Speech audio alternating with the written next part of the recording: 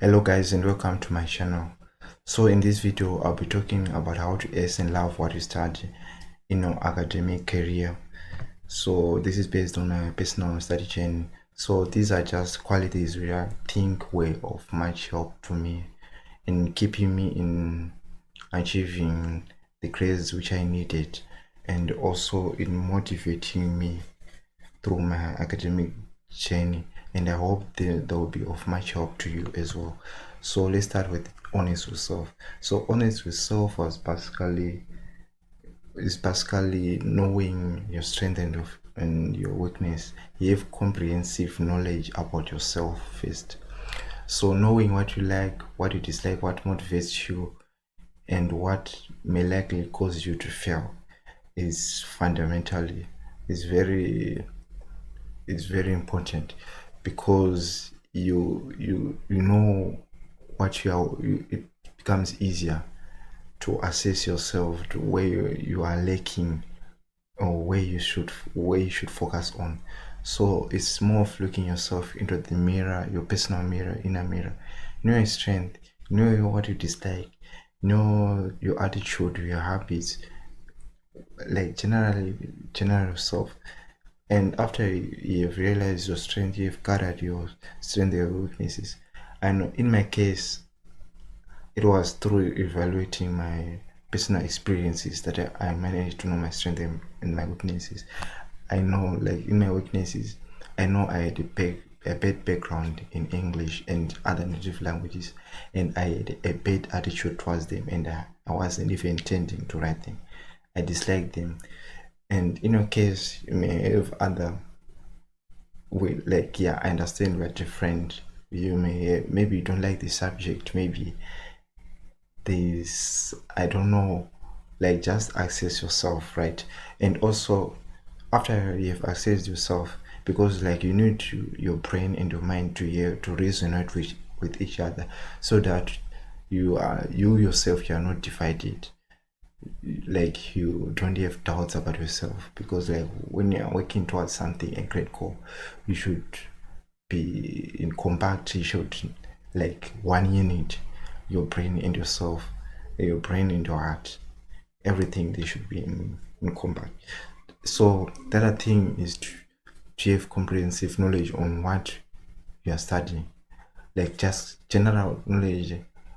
What, like, what you study, is it hard? General, is it hard? Or general, is it easy? What do people around you say about it? Like general comprehensive knowledge will tell you how much you should be prepared, how much how much you should expect to work hard.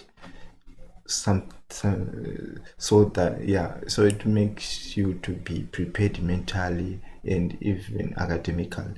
So yeah, you have that comprehensive knowledge about the subject which you had, the subject you are finding hard to learn. You have comprehensive knowledge about it, and this will improve you on self accountability. And self accountability is something which you should improve yourself on as well, because it's more accounting yourself, like even accounting on those subjects, on why are you failing them, where did you start failing them, and what can you do to improve. So that's self accountability, and it should be consistent in taking self accountability, as it's necessary even in life general. And start working on your weaknesses, and you are the only problem you ever have, and you are the only solution. So invest in yourself. Change is inevitable. Personal growth is always a personal decision.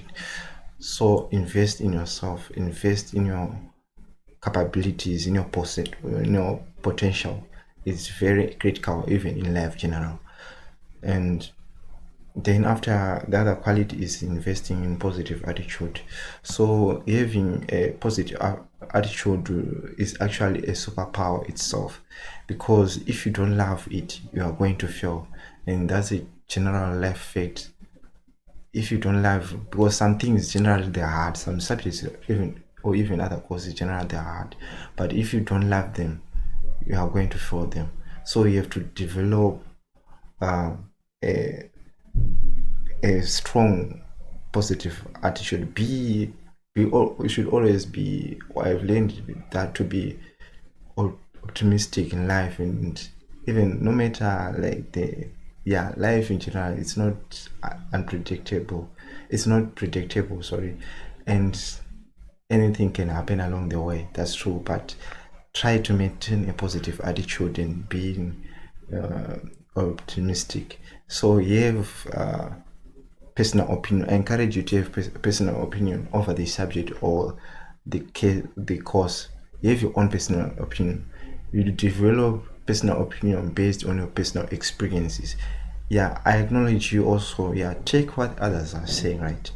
But let that not be your personal opinion. Let that be not be you. Also, you're saying when someone asks you, how is the subject? Don't be sort of referencing what other people said, but have your own personal opinion on how it was to you. So yeah, acknowledge you, take other people's opinions, but don't incline to that. Don't let that be the conclusion to you. Yeah, there are sort of guidelines to you on on having a comprehensive knowledge about generally the whole process. So a positive attitude will also build self drive to work hard. Maybe because like you having something which self motivates you is also a superpower, because some things are hard, but if you develop that self drive to wake up, to stay late at night doing it and spend long hours doing it, and develop that patience, because patience is actually having maintaining a positive attitude whilst you are working, whilst you are waiting for some growth, for to be, for there to be some growth. So patience, you can have patience if you have like a positive attitude towards it. So believe, attitude will have you, will make you believe that it's possible. It will make you believe that it can be done. It can make you believe that though it's hard, it's not impossible. So attitude, even in general life, it's needed. It's needed in general life. And attitude can make you take even risk, even high risk. Also develop discipline. Okay. And sorry, attitude will also help you to develop discipline. You have like self-discipline on even on studying, because you have a positive attitude towards the subject or the course. You're likely to have also a good discipline, because sometimes motivation may dry up, and that's when I think discipline, when your motivation dries up, I think that's when discipline kicks in to take over. Because yeah, it happens, things sometimes they get hard, and I experienced that where you feel like, yeah, there's no progress, but because of the attitude you would have been investing in, then discipline takes over. So if you don't have it, know that you are not going anywhere. So yeah, I experienced this with chemistry during my A levels. I hated chemistry. I was just doing it because I wanted to get a scholarship, but I realized that this is something which I'm actually wasting my time. So how did I manage to ace chemistry?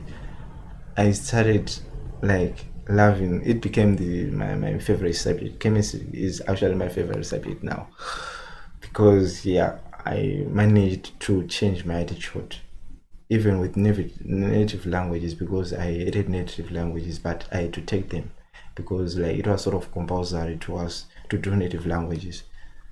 Because yeah, one thing I have to tell you, if it's something like you are spending time on, make sure that it will bring like, it will be of much help to you, to your personal life as well. So yeah, so if you are spending time on it, and if it's boring, try to change your attitude, and it will be of my help too. I've experienced it with chemistry and with the native language, and changing my attitude was actually beneficial to me. And you can change your attitude. It's possible. So let's move on to the third one is practice. uh Practice is always, yeah, it's always, whether we like it or not, practice is needed and it's essential. So allow yourself to be a beginner. There's no railroad. You have to work hard. Sometimes you have to work most of the time you have to work hard, more than your peers, because like in practicing, that's sometimes you may not understand the concept, or you may not grasp the concept during classroom, but through practicing, in my case, that's how I grasp most concepts, especially complicated ones. You Through practicing, you can break down like the general problem into, and you start, and it becomes easier for you to grasp the exact concept, which, yeah. And practicing is key. The only, and that's a secret to success, is you have to get out there, and your hands have to get dirty. You have to be a beginner. There's no royal road. Allowing yourself to be a beginner will give you an open mind, will make you even connect with different people, and it will make it easier for you to learn from different people. So be a beginner while you are practicing, and don't allow yourself to be be an expert, but with an open mind. Don't allow to be sort of like, now a master, you know everything, and you don't want to learn from anyone. That kind of habit, yeah, it's not helpful. It's better for you to be in a classroom where you are sort of uh the least, than you're actually the sort of the best, where you don't not actually gaining anything from anyone. It's not helpful. So other thing is set goals, especially weird ones. Yeah, even in my lifetime, during my academic career, I've been setting goals, and most of them I actually never reached them. I actually never achieved them. So setting goals, and then have a roadmap, sort of a goal map, where you have one way goal, right, which is feasible, or which is practical, right, and break it into small steps, or into a goal map, so it becomes easier for you to track your progress, and it also motivates you to keep on continuing, because you'll be through those small steps, you'll be actually assessing your progress and seeing how far you are going, and it becomes easier for you to self account whether you are improving. And if you lose track, it becomes easier for you to know where to start, where to get help, and it becomes easier for you also to have that self-assessment. So also make it a goal in life to teach and ask others, because the thing is, to in academics, I advise you not to cram, is to grasp concepts. Okay, to grasp concepts. So if you grasp something, it's for you to evaluate yourself, or to know if you have understood the concept, is to teach or ask others. That's the best thing, because teaching others will reinforce even the knowledge or the concept you would have learned in classroom, or maybe on yourself, when we're studying on yourself. So yeah, teach others, ask others, and have people who challenge you around yourself, because you won't gain from people who have negative attitudes, who are not consistent. So be consistent, challenge yourself, and yeah, make you have goals which scare you a little, but make sure they will also excite you a lot, even though they scare you a little. So show me a person who never made a mistake, and I'll show you a person who never did anything. So don't be afraid of making mistakes, because it's part of the process. It's part of the journey. It's actually a stepping stone which we learn from our mistakes, and it's needed in any journey. There's no success without failure, and don't take failure as an opponent. Take it as part of success, as something which is needed in your journey, and not fear is something which you should actually disconnect yourself from. And the last quality is having a balanced lifestyle. So having a balanced lifestyle is, I encourage you to have breaks during your studies. It's very important, because your brain needs some rest, and you work effectively when you give your brain some rest.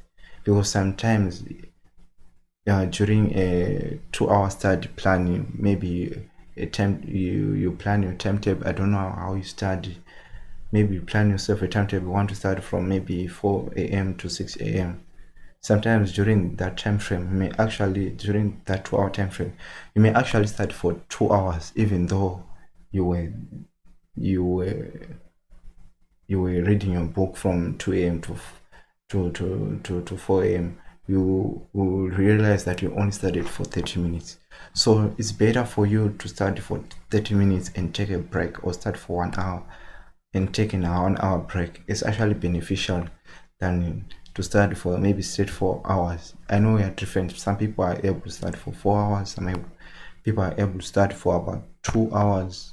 So if you can concentrate maybe for 30 minutes, it's good if it's beneficial to you.